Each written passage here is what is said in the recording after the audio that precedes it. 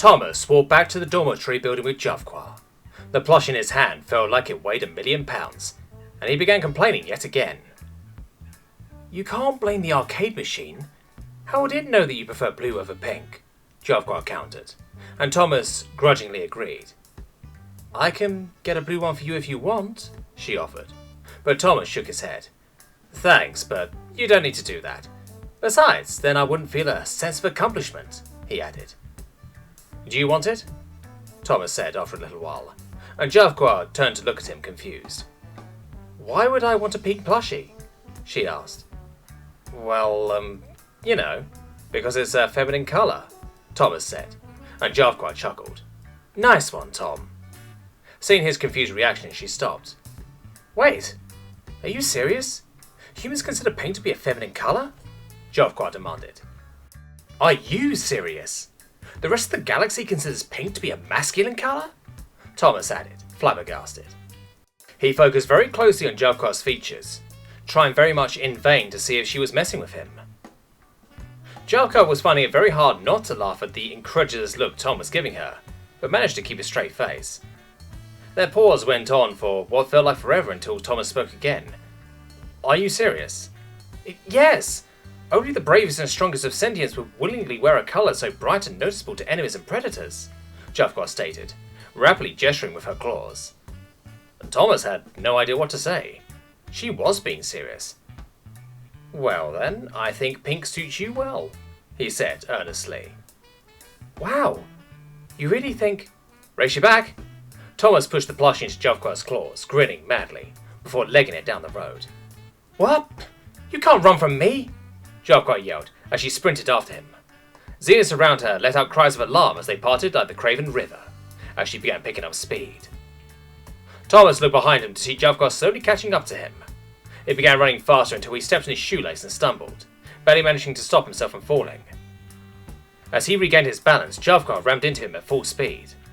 Thomas heard a pained grunt from her as he toppled over.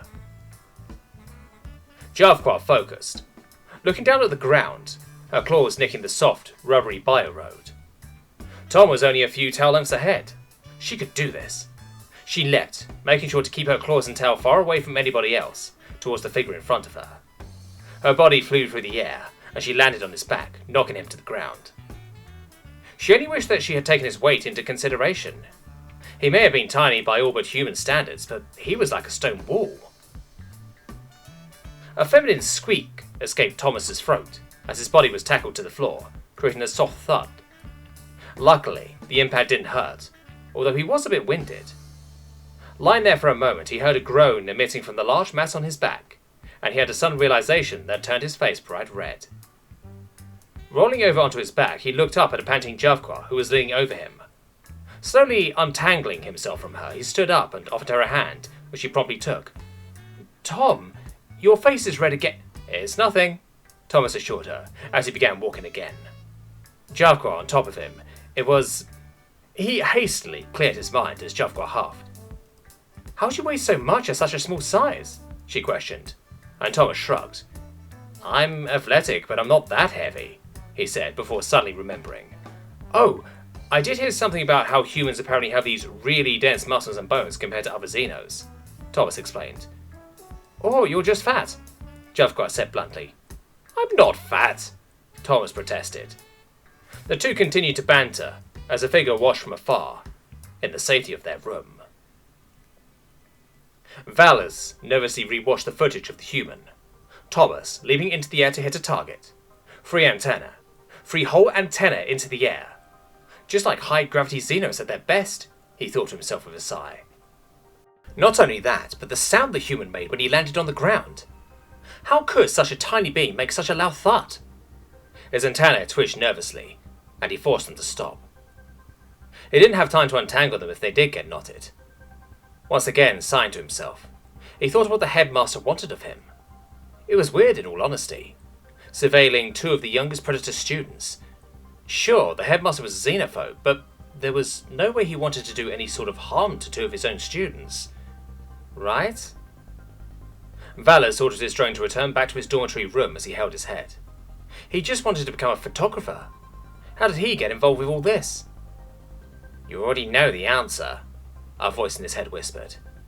You let yourself get dragged into this situation like always. No, this is different. I'm doing this for the headmaster. He likes and respects me. Valis tried to convince himself unsuccessfully. Does he really? The voice continued, and Valis paused. No, Valis said out loud as he stood up.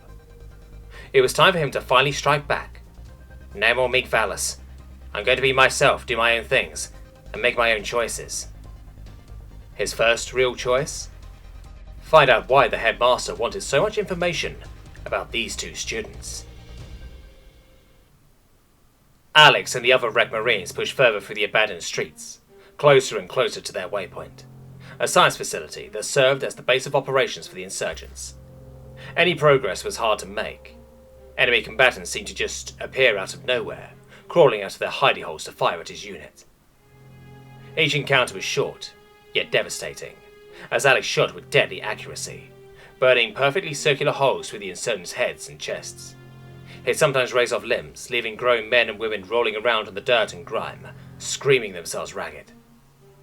On some occasions, insurgents would just stand there, limbs missing, skin charred and burnt, seemingly unable to comprehend what had just happened, as adrenaline made them numb to their pain as they went into shock. That was until wrecked Marines would put them out of their misery with a shot to their vitals. Alex did his best to push depressing thoughts from his mind and keep pushing forward. He would distract himself by thinking about his reason to keep going. He had joined the Marines to protect his planet, his people, and humanity as a whole. But more specifically, he was doing this for his younger brother, Thomas. The small boy of 6, with messy blonde hair and big blue eyes. Big blue eyes that filled with tears when he announced to his family that he was leaving to serve in the Marines. You'll come back, right? His younger brother's question echoed in his head. Of course, he had responded. I'd never leave you. There it is, a Marine roared, snapping Alex back to reality. He turned to see a short Marine pointing at a partially ruined building in the distance, their waypoint. The flashbang went off, and the Marines entered the building looking for insurgents. There were none. The lobby was eerily empty, devoid of any human life. The lights were on, at the very least. The Marines began going up the spiral staircase, ignoring the elevators. Alex held his breath, waiting for insurgents to pop out at any moment, to begin firing down at them, but there was nobody. Charlie was in front of him, and Alex could see how tense he was, completely focused, his gun trained on the stairs above. They continued, making their way up to the 3rd floor, then the 4th, 5th, 6th, and 7th. Then the roaring began, inhuman shrieks and the sound of heavy footsteps, only slightly muffled behind a thick metal door. Then their comms were activated. The insurgents have released living weapons. I repeat, the insurgents have released living weapons. Retreat immediately. An urgent-sounding male voice pleaded, and the Marines began running back down the stairs, many holding a look of near panic. A symphony of screeches and roars started, and as they reached the 5th floor, the metal door of the 7th floor was thrown down the middle of the spiral stairway, his crumpled form flying down past them. Any thoughts of staying at a good pace were gone as they practically sprinted down the stairs. As they made it to the ground floor, Alex could hear a scream from one of the Marines still descending the metal steps. Looking back up, he witnessed a scene that would haunt his dreams till the end of his life. A black chitinous creature ripping into a female soldier. Its razor blade-like tail embedded through her abdomen to keep her attached as its maw tore a massive chunk out of her armoured neck. The kill definitely wasn't instant, as he could still hear her choking breaths and slight whimpers, unable to scream any longer. Without a second thought, he fired a cacophony of energy bolts at the abomination, hitting it square in the forehead. Its charred form still clung to the dead Marine with a vice-like grip, even as it went lifeless. Running through the streets was hectic. Waves of the creatures would flow out of alleyways, creating a tsunami of bodies, all scrambling to get their claws on succulent human flesh. Each encounter ended with a wall of laser fire, taking minutes on end, but it always came with a cost. With each encounter, another night or two was lost, torn apart, gone. No matter how good their defense and accuracy was, they just couldn't stand up to so many of these death crawlers, as Charlie aptly named them. By the time they made it to the pickup zone, There was only a handful of them left. Someone popped orange smoke grenades, and they tensely waited for their ride. Cerberus 1-1. As the VTOL dropship landed, a horde of death crawlers had found their position. The doors of the craft swung open, and they all began running to the ship as gunners unleashed a wall of blinding light into the scrambling masses. The staccato brrrr of laser fire was the only thing keeping Alex's fatigued body moving. Finally making it to the ship, he scampered aboard with the others. As the ship took off, a moose-sized death crawler ploughed through a wall, a much smaller, monkey-sized one not far behind. The door guns let loose on the beam as it ate up round after round, unable to notice the smaller death crawler jump towards the open side door. Charlie was the only one to notice. Shoving Alex out of the way, he was grabbed by the creature. Losing his balance, he fell.